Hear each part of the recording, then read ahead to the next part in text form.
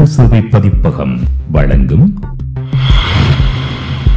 மனிதநேயம் மேம்பட. அஸ்ஸலாமு அலைக்கும். உங்கள் மீது இறைவனின் சாந்தியும் சமாதானமும் உண்டாவதாக. இந்த நிகழ்வுக்கு தலைப்பு மனித உறவுகள் மேம்பட, எவ்வாறெல்லாம் மனித உறவுகளை மேம்படுத்தலாம் என்ற எல்லா மக்களுக்கும் உரிய பொதுவான ஒரு செய்தியை தருவதற்காக இந்த நிகழ்ச்சியை ஏற்பாடு செய்துள்ளோம். இந்த நிகழ்ச்சியில் நான் ஐயங்களை கேட்க அதற்கான தெளிவை ஷேக் அகார் நலீமி அவர்கள் தர இருக்கிறார்கள். அவர்களை பற்றி ஒரு சில வார்த்தைகள். கடந்த 15 வருடங்களாக நெருக்கமான பழக்கத்தை உடையவர்கள், என்னோடு நெருக்கமாக பழகக்கூடியவர்கள், அவர்களுடைய மார்க்கம் பற்றிய புரிதலும் உலக விஷயங்கள் பற்றிய புரிதலும் ஓரளவு நிறைவாக உள்ளவர்கள். பொதுவாக மனித உறவுகளை மேம்படுத்தவும், முஸ்லீம்களுக்கிடையே நல்லுறவை ஏற்படுத்தவும், நற்பண்புகள் பண்பாடுகள் முதலியவற்றை வலியுறுத்தி இந்த சமுதாயம் ஒன்றுபட்டு இணைந்து செயலாற்ற வேண்டும் என்பதில் மிகவும் ஆர்வமுள்ளவர்கள். இந்த நிகழ்ச்சிக்கு சால சிறந்த பொருத்தமான ஒரு நபராக நான் அவரை கருதுகிறேன். அவர்களை கொண்டு இந்த நிகழ்ச்சியை ஆரம்பம் செய்ய இருக்கிறேன் இன்ஷா அல்லாஹ். பிஸ்மில்லாஹிர் ரஹ்மானிர் ரஹீம். உண்மையில் இந்த நிகழ்ச்சியில் கலந்து கொள்ள கிடைத்த வாய்ப்பை ஏற்று நான் பெருமகிழ்ச்சி அடைகின்றேன். மிகவும் காத்திரமான ஒரு தலைப்பிலே, காலத்துக்கு தேவையான ஒரு பொருளிலே இந்த கலந்துரையாடல் உங்களால் ஒழுங்கு செய்யப்பட்டிருக்கின்றது. அந்த வகையில் சமூக பணிகளிலும் சன்மார்க்க பணிகளிலும் கடந்த 2 தசாப்த காலமாக முனைப்போடு ஈடுபட்டு வருகின்ற ஒரு சகோதரர் என்ற வகையில் நீங்கள் உங்களது பணிகளிலே மற்றுமொரு முயற்சியாக, பாய்ச்சலாக இந்த பணியை அமைத்திருக்கிறீர்கள். எல்லா மட்டங்களிலும் எமது செய்திகள் போய் சேர வேண்டும் என்ற நோக்கத்தோடு தொடர்பூடகங்களுக்கூடாக, குறிப்பாக தொலைக்காட்சி கூடாக மக்களுக்கு எமது கருத்துக்களை சமூகமயப்படுத்தும் நோக்கத்தோடு இந்த நிகழ்ச்சியை நீங்கள் ஏற்பாடு செய்திருக்கிறீர்கள் என்று நம்புகின்றேன். அந்த வகையில் இந்த நிகழ்ச்சியில் உங்களோடு பங்கேற்க கிடைத்த இந்த வாய்ப்பை இட்டு நான் பெரிதும் மகிழ்ச்சி அடைகின்றேன். எமது கலந்துரையாடலை எல்லா வகையிலும் வெற்றிகரமாக அமைத்துக் கொள்வதற்கு இறைவன் துணை புரிய வேண்டும் என்று நான் ஆரம்பமாக பிரார்த்திக்கின்றேன். முதலாவதாக உங்களிடம் பொதுவாக முஸ்லீம் அல்லாத பொதுமக்களிடம் சில ஐயங்கள் இருக்கின்றன. அதை பற்றி ஒரு பொதுவான ஒரு தெளிவு அடைய வேண்டும் என்பதற்காக இந்த முத்தாய்ப்பாக 3 கேள்விகள் கேட்க விரும்புகின்றேன். முதலாவதாக, முஸ்லீம்களிலும் ஓரளவு, முஸ்லீம் அல்லாதவர்கள் பரவலாக அல்லாஹ் என்றால் முஸ்லீம் கடவுள் என்ற ஒரு நம்பிக்கை ஒன்று இருக்கிறது. திருக்குரான் என்றால் முஸ்லீம்களுக்கு அனுப்பப்பட்ட வேதம் என்ற பரவலான நம்பிக்கை ஒன்று இருக்கிறது. இது எனது முதலாவதான கேள்வி. இரண்டாவது கேள்வி, முஸ்லீம் அல்லாதவர்கள் இடையேயான உறவை பற்றி இஸ்லாம் சொல்லக்கூடிய சரியான ஒரு புரிதலை தருமாறு வேண்டிக் கொள்கிறேன். மூன்றாவதாக, மனிதர்களிடையே பொதுவாக ஒரு கவலைக்குரிய ஒரு விஷயம், நான் கடந்த பல ஆண்டுகளாக கவலைக்குரிய நோக்கோடு பார்த்து வருவது, கேட்டு வருவது, கவுன்சிலிங் பண்ணும்போது கூட அந்த மைண்ட் செட்டை மாற்றுவதற்காண்டி பேச வேண்டிய ஒரு விஷயம் என்னவென்றால், லஞ்சம் வாங்கக்கூடிய அதிகாரிகள், அரசியல்வாதிகள், தவறான வழியில் பொருளீட்டக்கூடிய பணக்காரர்கள், முஸ்லீம்கள் உட்பட, இப்படிப்பட்ட மனிதர்களை மதிக்க இந்த சமுதாயம் கற்றுக்கொண்டிருக்கிறது. பரவலாக இவர்கள் எல்லா மட்டங்களும் மதிக்கப்படுகிறார்கள். அதே நேரம் ஒரு நல்ல மனிதர் மதிக்கப்படுவதில்லை என்ற ஒரு ஆதங்கம் பரவலாக இருக்கின்றது. இந்த நிலைமை இவ்வாறு இருப்பதனால் ஓரளவு நல்லவராக பொருளீட்ட வேண்டும் என்று நினைக்கக்கூடிய இளைஞர்கள் கூட தட்டு தடுமாறி தவறான வழியை நோக்கி போகக்கூடிய ஒரு வாய்ப்பும் இருக்கிறது. இதற்கும் நீங்கள் சரியான முறையில் ஒரு வழிகாட்டுதலை தர வேண்டும் இன்ஷா அல்லாஹ். இன்ஷா அல்லாஹ். மிக முக்கியமான 3 கேள்விகளை நீங்கள் இங்கு எழுப்பியிருக்கிறீர்கள். முடியுமானவரை சுருக்கமாகவும் செறிவாகவும் அதே நேரத்தில் தெளிவாகவும் இந்த 3 வினாக்களுக்குமான விளக்கங்களை இங்கு கலந்துரையாடலாம் என்று நான் எதிர்பார்க்கின்றேன். ஆரம்பமாக இஸ்லாம் பற்றிய புரிதலில் காணப்படுகின்ற இந்த கோளாறு என்பது ஆரம்பமாக முஸ்லிம்கள் மத்தியில் காணப்படுகிற கோளாறு. முஸ்லிம்கள் இஸ்லாத்தை அரைகுறையாக புரிந்து அரைகுறையாக பின்பற்றி பிழையாக பிரதிநிதித்துவப்படுத்தி பிழையாக கடைபிடிக்கின்ற காரணத்தினால் அடுத்தவர்களும் இஸ்லாத்தை பிழையாக புரிந்து கொள்கிறார்கள். அடுத்தவர்கள் இஸ்லாத்தை பிழையாக புரிந்திருக்கிறார்கள் என்பதை விட இந்த மார்க்கத்தை ஏற்று நம்பி விசுவாசித்து வாழ்க்கையில் இந்த மார்க்கத்தை எடுத்து நடக்கின்ற கடைபிடிக்கின்ற மக்கள் இந்த மார்க்கத்தை ஆரம்பமாக பிழையாக விளங்கி அல்லது அரைகுறையாக விளங்கி அரைகுறையாக பின்பற்றி அரைகுறையாக பிரதிநிதித்துவப்படுத்துகிற காரணத்தினால் அடுத்தவர்கள் இஸ்லாத்தை பிழையாக புரிந்து கொள்கிறார்கள் அல்லது அதன் காரணத்தினால் தான் அதிகமாக அடுத்தவர்கள் இஸ்லாத்தை பிழையாக புரிந்து கொள்கிறார்கள் நான் நினைக்கிறேன். அந்த வகையில் இஸ்லாம் பற்றி பல பிழையான கருத்துக்கள் நிலவுகின்றன. பல தப்பபிப்பிராயங்கள் பரவலாக உலகளாவிய ரீதியில் எல்லா சமூகங்கள் மத்தியும் நிலவுவதை பார்க்கிறோம்.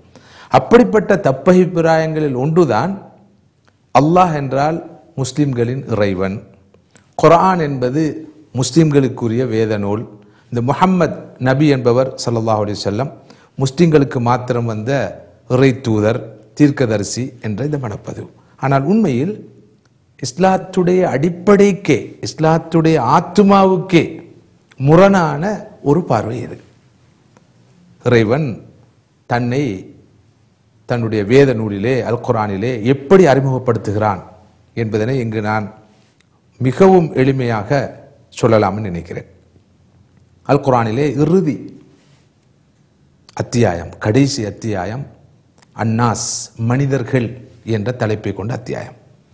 மனிதர்கள் என்ற தலைப்பை கொண்ட இந்த அத்தியாயத்திலே இறைவன் தன்னை மக்களுக்கு அறிமுகப்படுத்துமாறு நபியை பார்த்து சொல்கிறான். குல் அஊது பிரப்பின் நாஸ், நபியே சொல்வீராக, அஊது பிரப்பின் நாஸ், மனிதர்கள் அனைவரினதும் இரட்சகனுடைய பொருட்டினால் நான் பாதுகாப்பு தேடுகிறேன். மலிக்கின் நாஸ், அவன் மனிதர்கள் அனைவரதும் இறைவன் மாத்திரமல்ல எல்லா மனிதர்களதும் கடவுளாகவும் இருக்கிறான், அரசனாகவும் இருக்கிறான். இலாஹின் நாஸ், அவன் மனிதர்களது இரட்சகன் மாத்திரமல்ல மனிதர்களின் அரசன் மாத்திரமல்ல எல்லா மனிதர்களதும் கடவுளாகவும் இருக்கிறான். ரப்புன்னாஸ், மலிக்குன்னாஸ், இலாஹுன்னாஸ், எல்லா மனிதர்களதும் இரட்சகன் அல்லது இறைவன், எல்லா மனிதர்களதும் அரசன், எல்லா மனிதர்களதும் கடவுள். இப்படித்தான் இறைவன் தன்னை அறிமுகப்படுத்துகிறான். புனித வேதமான அல் குர்ஆன் 2 வகையில் மனிதர்களை விடுத்து பேசுகிறது. ஒரு பக்கமாக யா அய்யுஹன் நாஸ், ஓ மனிதர்களே என்று மனிதர்களை விடுத்து பேசுகிறது. அடுத்ததாக யா அய்யுஹல்லதீன ஆமனு, இறை விசுவாசிகளே என்று பேசுகிறது. இறை விசுவாசிகளே என்று பேசுவது போலவே புனித அல் குர்ஆன் முழு மனித சமுதாயத்தையும் விடுத்து ஓ மனிதர்களே என்று நிறைய பேசுவதை நாம் பார்க்கிறோம். இறைவன் அல்லது நாம் நம்புகின்ற முஸ்லிம்கள் நம்பக்கூடிய அல்லாஹ் முஸ்லிம்களுக்கு மாத்திரம் உரிய இறைவன் அல்ல என்பது இங்கு மிக தெளிவாக புரிகிறது. அடுத்ததாக மற்றொரு வகையிலும் இறைவன் தன்னை தனது வேத நூலிலே அறிமுகப்படுத்துகிறான். ரப்புல் ஆலமீன், இது நான் சொன்ன சூரத்துன் நாஸ் புனித அல் குர்ஆனுடைய இறுதி அத்தியாயம். புனித அல் குர்ஆனுடைய முதலாவது அத்தியாயம் சூரத்துல் ஃபாத்திஹா என்ற அல் குர்ஆனுடைய தோற்றுவாய் முன்னுரையாக அமைகின்ற முதலாவது அத்தியாயம். அந்த அத்தியாயத்தின் முதல் வசனம் என்ன சொல்கிறது? அல்ஹம்துலில்லாஹி ரப்பில் ஆலமீன், அல்லாஹ்வுக்கே எல்லா புகழும். அவன் யார் தெரியுமா? அவன் ரப்புல் ஆலமீன், எல்லா உலகங்களுக்கும் இறைவனாக இருக்கிறான். மனித உலகம், தாவர உலகம், மிருக உலகம் உட்பட எல்லா உலகங்களுக்கும் இறைவனாக அவன் இருக்கிறான். குர்ஆனுடைய முதலாவது அத்தியாயத்தின் முதலாவது வசனமும் இந்த செய்தியை தெளிவாக சொல்கிறது. இறுதி அத்தியாயத்தின் முதலாவது வசனமும் இந்த செய்தியை சொல்கிறது. எனவே இறைவன் முழுமனித சமுதாயத்துக்கும் உரியவன், அல்லாஹ் முழுமனித சமுதாயத்துக்கும் உரிய கடவுளாக, இரட்சகனாக, அரசனாக இருக்கிறான். அவன் இறக்கி அருளிய இந்த வேத நூலும் அப்படித்தான். இந்த வேத நூல் முஸ்லிம்களுக்கு மாத்திரம் வழிகாட்ட வந்தது அல்ல. முஸ்லிம்கள் ஒரு இனமும் அல்ல, இஸ்லாம் அவர்களது மதமும் அல்ல. முஸ்லிம்கள் என்பவர் ஒரு இனம் அல்ல. யார் இந்த இறைவனை ஏற்று நம்புகிறார்களோ, யார் இந்த இறைவனால் இறக்கி அருளப்பட்ட இந்த வேதத்தை ஏற்று நம்புகிறார்களோ, யார் இந்த வேத நூலை கொண்டு வந்த அந்த தூதரை ஏற்று நம்புகிறாரோ, அவர் இந்த மார்க்கத்தின் சொந்தக்காரராக மாறுகிறார், அவர் முஸ்லிமாக கருதப்படுகிறார். எனவே இந்த பார்வை பிழையானது. குர்ஆனை அறிமுகப்படுத்துகிற இறைவன் எப்படி சொல்கிறான்? ஷஹ்ரு ரமதான் அல்லதி உன்சில ஃபீஹில் குர்ஆன் ஹுதல் லின்னாஸ் வ பய்யினாத்தின் மினல் ஹுதா வல் ஃபுர்கான். முழு மனித சமுதாயத்துக்கும் வழிகாட்ட வந்த அல் குர்ஆன், திருக்குர்ஆன் என்று சொல்கிறான். அடுத்ததாக முஹம்மது நபி ஸல்லல்லாஹு அலைஹி வஸல்லம் அவர்கள் முஸ்லிம்களுடைய தூதர் என்று சொன்னால் அது பிழையானது. இந்த மார்க்கத்தை கொச்சைப்படுத்துவதாக அது கொள்ளப்படும். குர்ஆன் மிக தெளிவாக சொல்கிறது, யார் இந்த நபி? ஒமா அர்சல்னாக இல்லா ரஹ்மத்தன் லில் ஆலமீன். எல்லா உலகங்களுக்கும், மனித உலகத்துக்கு மாத்திரமல்ல, முழுமனித சமுதாயத்துக்கு மாத்திரமல்ல, மிருக உலகத்துக்கும் தாவர உலகத்துக்கும் எல்லா உலகங்களுக்கும் பேரருளாகவே இந்த இறை தூதரை நாம் அனுப்பியிருக்கிறோம் அல்லது நாம் அனுப்பியிருக்கிறோம் என்று இறைவன் அல் குர்ஆனிலே சொல்கிறான். அதே போல ஒமா அர்சல்னாக இல்லா காஃபத்தன் லின்னாஸ், எல்லா மனிதர்களுக்கும் இறை தூதராகவே அல்லாமல் உங்களை நாம் அனுப்பவில்லை என்று இறைவன் சொல்கிறான். எனவே அந்த வகையில் நாம் முஸ்லிம்களாகிய நாங்கள் ஏற்று நம்புகின்ற அல்லாஹ் ரப்புன்னாஸ், மலிக்குன்னாஸ், இலாஹுன்னாஸ். நாம் ஏற்று நம்புகின்ற குர்ஆன் ஹுதல் லின்னாஸ், நாம் ஏற்று நம்புகின்ற நபி காஃபத்தன் லின்னாஸ். முஸ்லிம்களாகிய நாங்களும் எங்களுக்கு மாத்திரம் உதவி உபகாரம் செய்து பணிவிடை செய்து எங்களுக்கு மத்தியில் மாத்திரம் சகோதரத்துவ வாஞ்சியோடு நடக்க வேண்டும் என்று வேண்டப்பட்டவர்கள் அல்ல. குர்ஆன் சொல்கிறது, குந்தும் கைர உம்மத்தின் உஹ்ரிஜத் லின்னாஸ் தஅமுரூன பில் மஅரூஃப் வ தன்ஹவுன அனில் முன்கர் வ துமினூன பில்லாஹ். மனித சமுதாயத்தில் தோன்றிய சமூகங்களிலெல்லாம் மிக உயர்ந்த சமுதாயம் நீங்கள் தான். ஏன் தெரியுமா? நீங்கள் எல்லா மனிதர்களுக்காகவும், எல்லா மனிதர்களையும் வாழ்வாங்கு வாழ வைக்க, எல்லா மனிதர்களையும் அரவணைக்க, எல்லா மனிதருக்கும் அன்பு காட்ட, எல்லா மனிதருக்கும் உதவி செய்ய, உபகாரம் செய்ய, பணிவிடை செய்ய அனுப்பப்பட்டவர்கள். உலகிலே நன்மையை வாழ வைக்க வந்தவர்கள், தீமையை தடுத்து நிறுத்த வந்தவர்கள், விலக்க வந்தவர்கள். அந்த வகையில் நீங்கள் சிறந்தவர்கள். எப்போது நீங்கள் மனித சமுதாயத்துக்காக வாழவில்லையோ அப்போது நீங்கள் கைர உம்மத், சிறந்த உம்மத் என்ற பண்பை இழந்து விடுவீர்கள். எனவே மிக தெளிவான, கருத்து வேறுபாடுக்கு இடமில்லாத, மிக அடிப்படையான, நான் சொன்னது போல இந்த மார்க்கத்தின் ஆத்துமாவோடு சம்பந்தப்பட்ட ஒரு விஷயம்தான் அல்லாஹ் எல்லா மனிதர்களுக்கும் உரிய இறைவன். இந்த இறை தூதர் எல்லா மனிதர்களுக்கும் உரிய இறை தூதர். இந்த வேத நூல் முழு மனித சமுதாயத்துக்கும் வழிகாட்ட வந்தது என்பது அது ஒரு விஷயம். இந்த பின்புலத்திலேயே உங்களது இரண்டாவது கேள்வியையும் நாங்கள் சுருக்கமாக பார்க்கலாம். இந்த பார்வை வந்து விட்டாலே நாம் மனிதர்களை எப்படி பார்ப்போம்? நபி அவர்கள் என்ன சொல்கிறார்கள்? குல்லுக்கும் மின் பனி ஆதம் வ ஆதம் மின் துராப். நீங்கள் அனைவரும் ஆதமுடைய மக்கள். ஆதமோ மண்ணினால் படைக்கப்பட்டவர். நீங்கள் அனைவரும் ஆதமுடைய மக்கள். வெள்ளையனாக இருக்கலாம், கருப்பராக இருக்கலாம், சிவப்பராக இருக்கலாம், ஆசியராக இருக்கலாம், ஆப்பிரிக்கராக இருக்கலாம், ஐரோப்பியராக இருக்கலாம், அரபியாக இருக்கலாம், அஜமியாக இருக்கலாம், முஸ்லிமாக இருக்கலாம், இந்துவா இருக்கலாம், கிறிஸ்தவராக இருக்கலாம், பௌத்தராக இருக்கலாம். நீங்கள் அனைவரும் ஆதமுடைய மக்கள். ஆதமோ மண்ணால் படைக்கப்பட்டவர். மிக தெளிவான பிரகடனம். யா யுஹன்னாஸ் இத்தகு ரப்பக்கும் அல்லதி ஹலகக்கும் மின் நஃப்ஸின் வாஹிதா. ஓ மனிதர்களே, உங்களது இறைவனை பயந்து கொள்ளுங்கள். உங்கள் அனைவரையும் ஒரு ஆத்மாவிலிருந்து படைத்தான். வஹலக மின்ஹா ஸௌஜஹா. அந்த முதலாவது ஆத்மாவை படைத்து அதன் மனைவியையும் அதிலிருந்து படைத்தான். வபஸ்ஸ மின்ஹுமா ரிஜாலன் கஸீரன் வ நிஸா. அவர்கள் இருவர் மூலமாகவும் நிறைய ஆண்களையும் பெண்களையும் உருவாக்கி இந்த பூமியிலே பரப்பினான். எனவே மனிதர்களிலே உயர்வு தாழ்வு கிடையாது, பாகுபாடு கிடையாது, வேறுபாடு கிடையாது, வகுப்பு பிரிவினை கிடையாது. இனவாதம் கிடையாது, மொழிவாதம் கிடையாது. மனிதர்கள் என்ற வகையில் அல் ஹல்கு இயாலுல்லா, எல்லா படைப்புகளும் இறைவனுடைய குடும்பம். மிக அடிப்படையான ஒரு விஷயம் என்றால் எல்லா மனிதர்களுக்கும் இறைவனாக அவன் இருக்கும் போது அவன் எப்படி முஸ்லிம்களை மாத்திரம் கவனிப்பவனாக இருக்க முடியும்?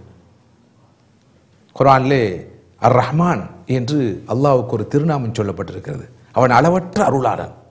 அவன் அருள் பாலிக்கிற போது முஸ்லிம் அல்லாதவர் என்ற பாகுபாடு காட்ட மாட்டான்.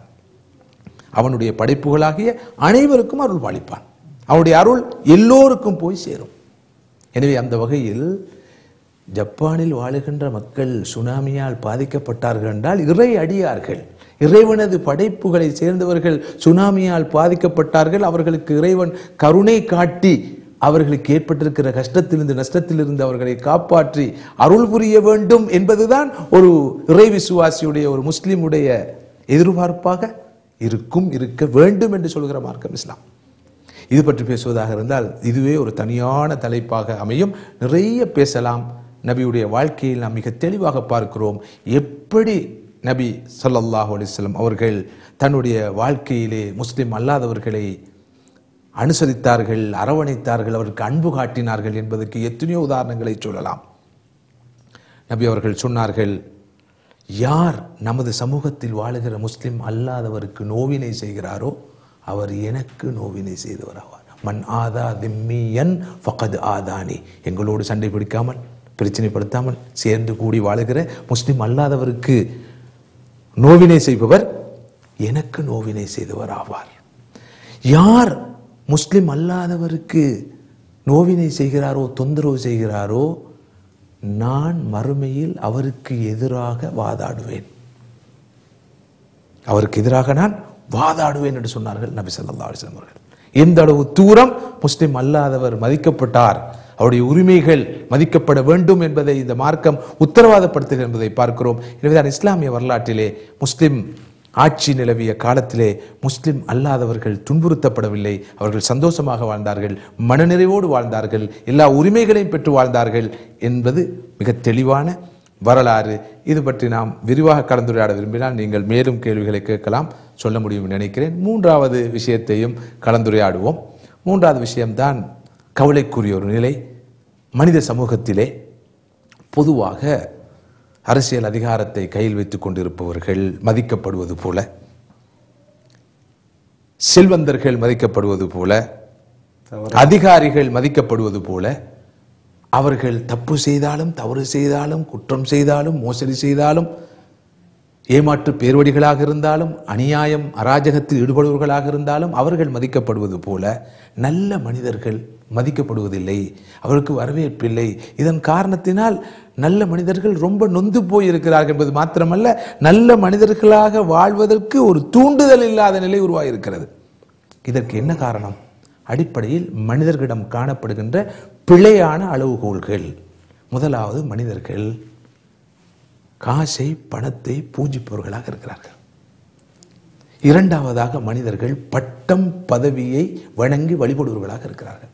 மூன்றாவது, மனிதர்கள் அதிகாரத்தை செல்வாக்கை விரும்புகிறார்கள், அதனை மதிக்கிறார்கள். அது கிடைத்து விட்டால் உலகமே கிடைத்து விட்டதாக நினைக்கிறார்கள். இந்த பிழையான அளவுகோல்கள். எந்த வழியில் பணம் சம்பாதித்தாலும் பணம் வந்துவிட்டால் பணத்தை வைத்திருப்போருக்கு மரியாதை, எந்த வகையில் அதிகாரம் வந்துவிட்டாலும் அதிகாரத்தை கையில் வைத்திருப்போருக்கு மதிப்பு, எந்த வகையில் ஒரு மனிதனுக்கு செல்வாக்கு வந்து விட்டாலும் சரி அல்லது அதிகாரம் வந்து விட்டாலும் சரி அவருக்கு ஒரு மரியாதை அங்கீகாரம் இருக்கிறது. ஆனால் இது பிழையான கண்ணோட்டம். இந்த கண்ணோட்டம் நிலவுக்கு பிரதானமான முக்கியமான காரணம் உலக வாழ்வு பற்றிய பிழையான பார்வை, வேர்ல்ட் வியூ என்று ஆங்கிலத்தில் சொல்வார்கள். இந்த உலகம் பற்றிய நோக்கு, அதில் காணப்படுகின்ற பிழையான பார்வை. இஸ்லாமிய கண்ணோட்டத்தில் இந்த விவகாரத்தை பார்க்கிற போது உலக வாழ்க்கை என்பது நிலையற்றது, செல்வம் என்பது நிலையற்றது, பட்டம் பதவி என்பது நிலையற்றது, அதிகாரம் என்பது நிலையற்றது. இவை அனைத்தும் பெறப்பட்டால் அது அருளாக அமைவது போலவே அமானத், பொறுப்பு, இதற்கு வகை சொல்லி ஆக வேண்டும். செல்வம் என்பது அருள், அதே நேரத்தில் அது ஒரு பொறுப்பு, அதற்கு பதில் சொல்லி ஆக வேண்டும். அதிகாரம் என்பது, ஆட்சி என்பது ஒரு அருள், அதே நேரத்தில் ஒரு அமானிதம், அதற்கு வகை சொல்ல வேண்டும், பதில் சொல்ல வேண்டும் என்ற உணர்வை இஸ்லாம் ஊட்டுகிறது. இது ஒரு முதலாவது அம்சம். இரண்டாவதாக, இஸ்லாத்துடைய பார்வையில் ஒரு மனிதனை அளப்பதற்கான அளவுகோல் ஆட்சியோ அதிகாரமோ செல்வமோ பட்டமோ பதவியோ அல்ல. அல் குர்ஆன் அழகாக அற்புதமாக சொல்கிறது, யா அய்யுஹன்னாஸ் இன்னா ஹலக்னாக்கும் மின் தக்கரின் வ உன்ஸா வஜஅல்னாக்கும் ஷுஊபன் வ கபாயில லிதஆரஃபு இன்ன அக்ரமக்கும் இன்தல்லாஹி அத்காக்கும். ஓ மனிதர்களே, உங்களை ஒரு ஆணிலிருந்தும் பெண்ணிலிருந்தும் படைத்தோம். உங்களை குலங்களாக கோத்திரங்களாக நாங்கள் அமைத்திருப்பதெல்லாம் நீங்கள் முரண்பட்டுக் கொள்வதற்காகவோ சண்டை பிடித்துக் கொள்வதற்காக அல்ல, மாற்றமாக பரஸ்பரம் ஒருவர் ஒருவர் அடையாளம் கண்டு கொள்வதற்காக. இன்ன அக்ரமக்கும் இன்தல்லாஹி அத்காக்கும். உங்களில் இறைவனிடத்தில் மரியாதைக்குரியவர் யார் தெரியுமா? அத்காக்கும், உங்களில் இறைவனை உண்மையில் அஞ்சி பயந்து நடந்து கொள்பவரே. செல்வம் தேடுவதில் இறைவனை பயந்து கொள்பவர், பட்டத்தை பதவியை தேடுவதில் இறைவனை பயந்து கொள்பவர், கிடைத்த அதிகாரத்தை பிரயோகிப்பதில் இறைவனை பயந்து கொள்பவர். அவர்தான் இறைவனிடத்தில் மிகவும் மரியாதைக்குரியவர். அதாவது எந்த மனிதனிடம் இறை நம்பிக்கை வந்து விடுகிறதோ அந்த மனிதன் அதிகாரத்தை நாடமாட்டான், கிடைத்தால் துஷ்பிரயோகம் செய்ய மாட்டான். காசை பொருளை தேடுவான், ஆனால் பிழையான வழிகளில் தேட மாட்டான். தேடிய பணத்தை பிழையான வழியில் செலவழிக்க மாட்டான். அதிகாரத்தை நாடமாட்டான், கிடைத்தால் அதனை அவன் பிழையான வழியில் பிரயோகிக்க மாட்டான். கைலஞ்சம் வாங்க மாட்டான், மோசடி செய்ய மாட்டான், ஏமாற்ற மாட்டான். நம்பிக்கை நாணயத்தோடு எப்போது நடந்து கொள்பவனாக இருப்பான். ஏனென்றால் இது அமானத், இதற்கு நான் பதில் சொல்லியாக வேண்டும் என்ற உணர்வு இருக்கும். எனவே உங்களுடைய ஆதங்கத்தை நான் நன்கு புரிந்து கொள்கிறேன். எல்லோருக்கும் இருக்கிற பிரச்சனை. இந்த நிலை மாற ஒரே வழி மனிதர்களுக்கு இறை நம்பிக்கையை கொடுப்பது, மனிதர்களுக்கு ஆன்மீகத்தை வழங்குவது. ஆன்மீகம் இறை நம்பிக்கை இல்லாத இடத்தில் நீங்கள் பண்பாட்டை எதிர்பார்க்க முடியாது, ஒழுக்கத்தை எதிர்பார்க்க முடியாது. அல் ஹயாஉ வல் ஈமானு குரானா ஃபைதா ருஃபியா அஹதுஹுமா ருஃபியல் ஆஹர். ஈமானும் வெட்கமும் ஒன்றோடொன்று இணைந்தவை, பின்னி பிணைந்தவை.